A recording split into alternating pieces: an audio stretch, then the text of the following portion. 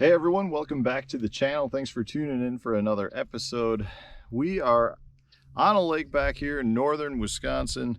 It's right around Memorial Day weekend, and that means one thing: the largemouth are going to be in their spawning coves, shallow flats, pad-filled flats, bog bays, marshes, the same type of stuff you'd fish in Florida if you were down there during the spawning season.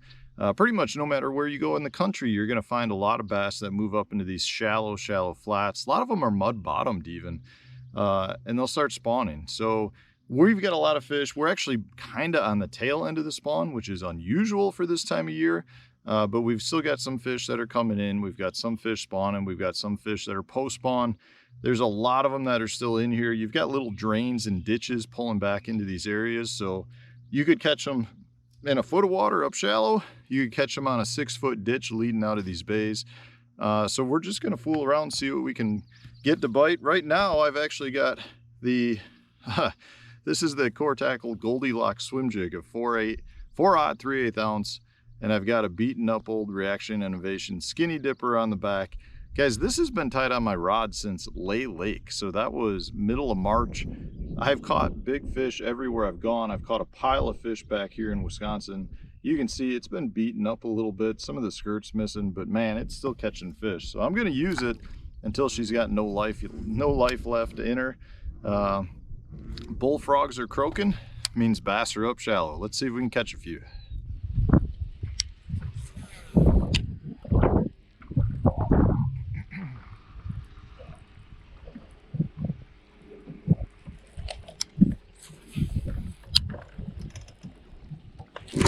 God, that one knocked so much slack into it. It's a big one too.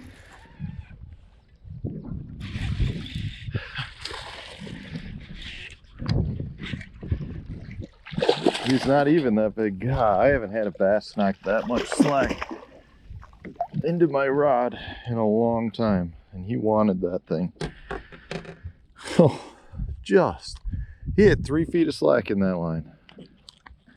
Come on. Good one. You know, one of the reasons I absolutely love throwing a swim jigs is because of how much water you can cover with them at times. Like, if you look around, I'm fishing just a stump flat with a shallow kind of grass line, laydowns all over. And from that standpoint, you really got to cover a lot of water. Otherwise, you're going to be just fishing for a long time and not going anywhere. So having a bait, a moving search bait, like a swim jig, is absolutely critical, because I can throw this thing pretty much everywhere. You know, it's kind of that 4-wheel drive vehicle that'll just come through cover. And the thing is, the fish could be here, they could be on the grass edge, they could be out here where there's stumps and stuff that you're not even seeing, you know. So from that standpoint, you really just want to cover a lot of water. You want to be methodical, but you want to be able to hit as many targets as possible and do it efficiently without getting stuck. And that's where a swim jig is just such a fantastic bait.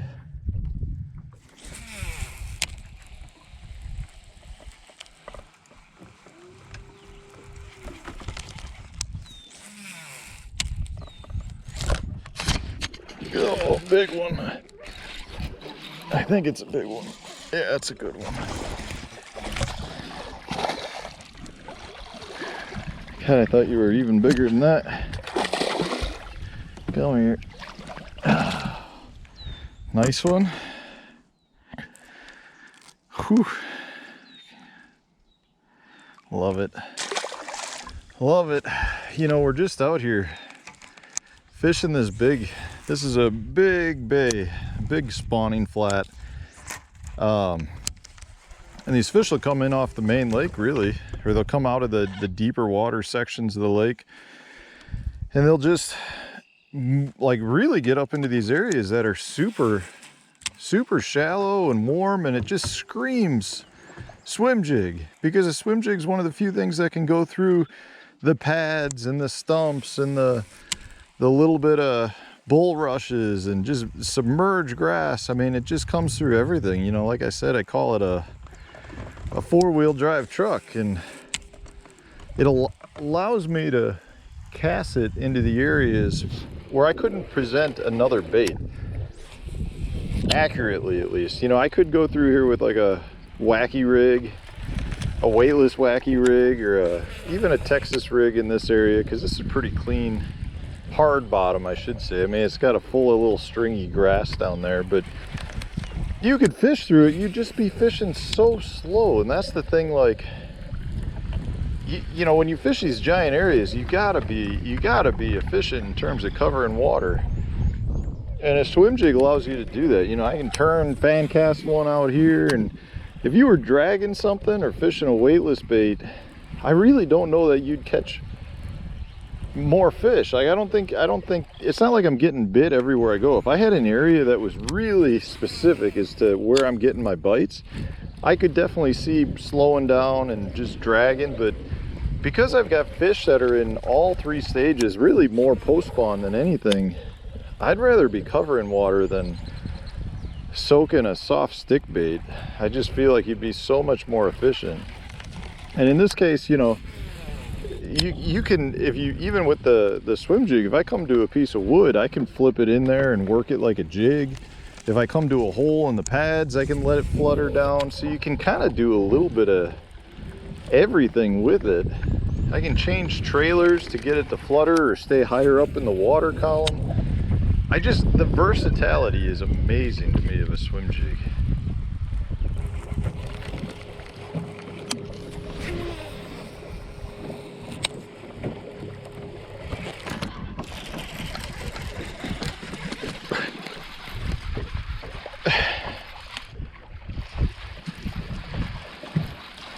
Boy, I thought you were a lot bigger than that fish. Glad you weren't.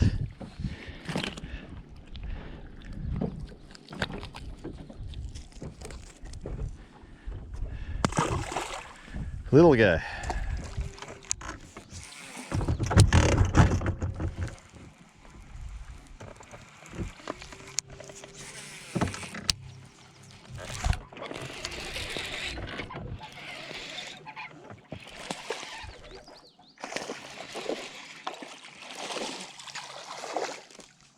Little guy. Who would take him? Is that the only one you got? Just the only one. Huh? Only one. No, I've caught a few.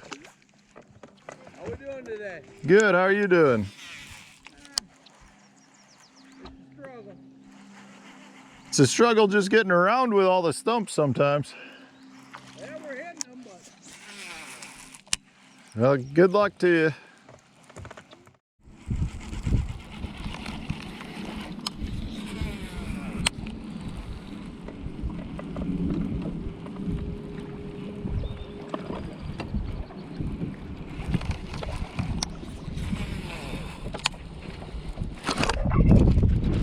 Good one.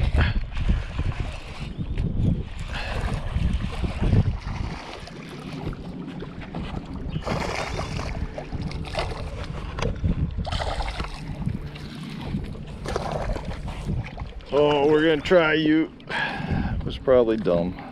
Wow, you got teeth, buddy. Wow, I have never felt teeth like that. Oh, that's like some serious teeth. I don't know if you guys can see that, but serious teeth right there. Get him back. Wow, he crushed that thing. Well, it felt good.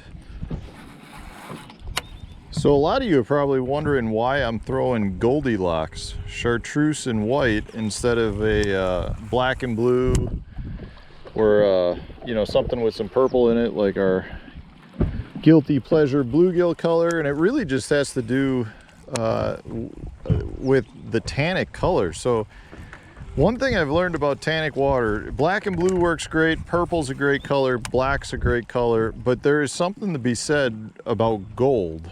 And the Goldilocks swim jig has gold tinsel in it. I don't know if you can see it real well, but it's got gold tinsel in it. So, you know, I've grown up fishing tannic water, whether it's like Wisconsin River stuff or true tannic colored water like we're on here, you know, these natural lakes that just have the bog stain in them. And there's always, gold is always a good color. So I being somewhat lazy, I guess, I had Goldilocks rigged up and ready to go already from my last tournament. So I just was like, I'm gonna go with it, and I'm going with it because I've had a lot of success with it in this watercolor anyways. But for those of you guys at home who see it and are questioning it a little bit, that's the reasoning for that. It really is just a great color in the darker tannic color, a little muddier water. Can't go wrong at all with that. And you guys can see, so I've got a little bit of a wind-blown bank here, some scattered pads off of it, but along the edge we've got about 1.5 feet of water right where that grass is, and there's a lot of floating debris. Some of it's wood, some of it is like lily pad roots that have floated up. And I'm coming to these little points and stuff, and they've got little floating debris mats, and the swim jig's really good because you can pitch it up there, not have to worry about it coming through it and getting hung up, but it stays suspended in that little bit of water and generates a lot of bites for me. And we just kind of switched to this little wind-blown bank and caught that last one doing it. So hopefully we can pick up 1 or 2 more before we gotta go. I gotta go meet Sarah and the boys for dinner. I don't want to be late for that. They would not be super happy. So we're gonna give it a little bit more time, see what we can catch.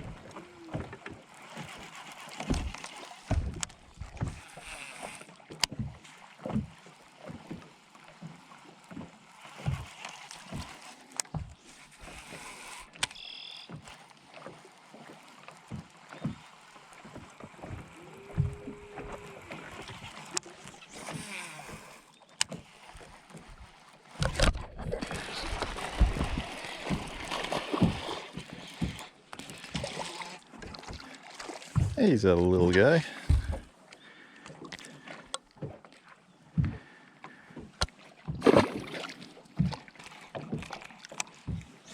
Right where he should be, right off that little grass point. Perfect spot.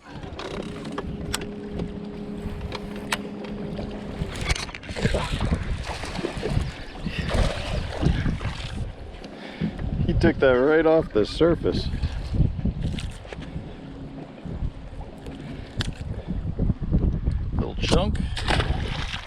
Little chunk.